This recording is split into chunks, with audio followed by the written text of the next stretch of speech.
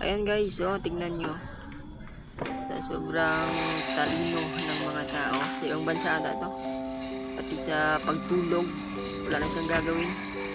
Kasi kuryente na yung gagawa. Ayan. Di ba? May unan na, kumot. Ayun. Ayan yung kumot.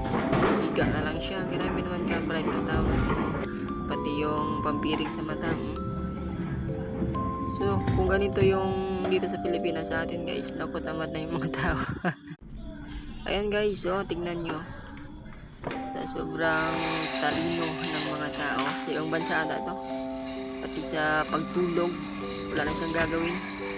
Kasi kuryente na yung gagawa. Ayan. Di ba? May unan na, kumot.